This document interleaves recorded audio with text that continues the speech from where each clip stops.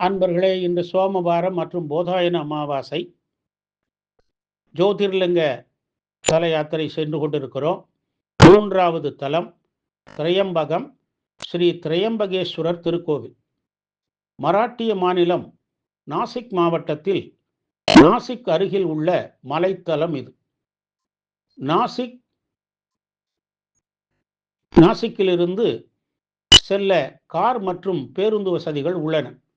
இந்த ஆலயத்தின் கருவறையில் ஒரே ஆவுடையாரின் மீது 3 லிங்க திருமேனிகளுடன் சிவபெருமான் திகழ்வதனால் இது திரையம்பகம் எனப்பட்டது. பிரம்மனுக்கு ஆதியில் 5 தலைகள். ஆணவம் கொண்ட பிரம்மனின் நடுத்தலையை சிவபெருமான் கிள்ளிவிட்டார். தலை இழந்த அயன் அரனை ஒரு மலையாக மாறுமாறு சபித்தார். உடனே சிவனோ பிரம்மன் அந்த மலையில் ஒரு சிறுவலிங்கமாக இருக்குமாறு சபித்தார். இருவரும் மலையும் லிங்கமுமாக இருக்க உலகில் உற்பத்தியும் அழிவும் குறைந்து பெரும் குழப்பம் ஏற்பட்டது.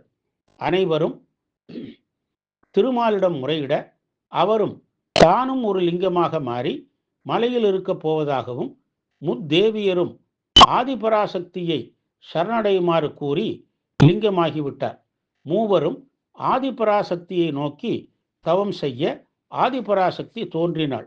உரு மாறியிருந்த அரண் அயன் மால் மூவரையும் தீர்த்தத்தால் மூழ்கி நீராடி வருமாறு கூறினார். மூவரும் நீராட பழைய உருப்பெற்று 3 ஜோதிகளாய் மலையினின்றும் வெளிப்பட்டு அங்கேயே தத்தம் தேவியரை சேர்ந்தனர். எனவே இங்கு மும்மூர்த்திகளும் முத்தேவியரும் ஒன்றாக இணைந்து ஒரே ஆவுடையில் ஜோதிர்லிங்கமாக அமைய பெற்றனர். எனவே திரையம்பகம் ஆயிற்று. மும்மூர்த்திகளும் நீராடிய தீர்த்தம் கோடி தீர்த்தம் என்னும் திருக்குளமாக உள்ளது. இதன் மேற்கு கரையில் திருமால் பள்ளி கொண்ட கோலத்தில் உள்ளார். தென்கரையில் சிவபெருமான் கோவில் கொண்டுள்ளார். இந்த கோவில் பிரம்மகிரி என்னும் மலையடிவாரத்தில் உள்ளது. கௌதமர் ஆசிரமம் அவர் உண்டாக்கிய தீர்த்தமும் உள்ளது. பிரம்மகிரியே கோதாவரி உற்பத்தியாகும் இடமாகும். கௌதம முனிவருக்கு சில முனிவர்கள் தீங்கு செய்ய எண்ணினார்கள். மாய பசு ஒன்றை உருவாக்கி கௌதம ஆசிரமத்தில் மேயவிட்டனர். கௌதமர் அதனை விரட்ட அந்த மாடு விழுந்து இறந்தது.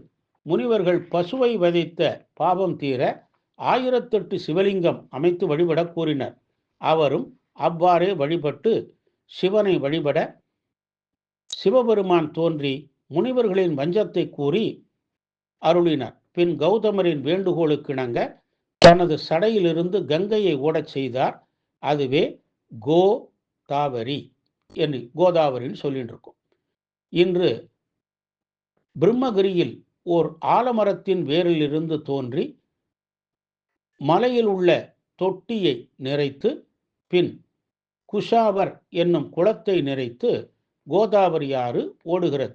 இந்த கோவில் 18ஆம் நூற்றாண்டில் புனரமைக்கப்பட்டது. வாழைப்பூ வடிவிலான கோபுரங்கள் நம்மை தூரத்திலிருந்தே வரவேற்கின்றன. கோவில் நுழைந்ததும் பரந்த புல்வெளி, நடுவே கோபுரம், உச்சியில் தங்க கலசம், சூலம் ஆகியவை உள்ளன.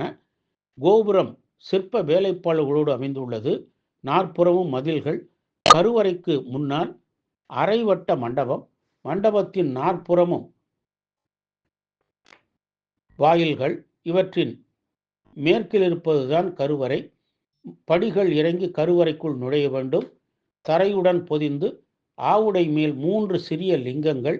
ஆவுடை மையத்திலிருந்து புனித தீர்த்தம் வெளிப்பட்டு எப்போதும் லிங்கங்கள் அபிஷேகம் செய்யப்படுகிறது. 3 முகங்களை உடைய வெள்ளி கவசம் லிங்கத்திற்கு திருமேனிக்கு அலங்கரிக்கப்படுகிறது.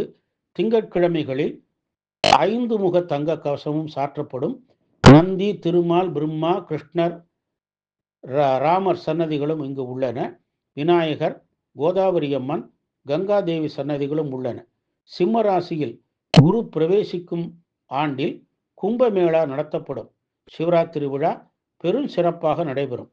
பல்வேறு பெருமைகள் கொண்ட திரையம்பகேஸ்வரி சமேத திரையம்பகேஸ்வரரை வழிபட்டு நல்லருள் பெறுவோமாக. ஓம் நம சிவாய.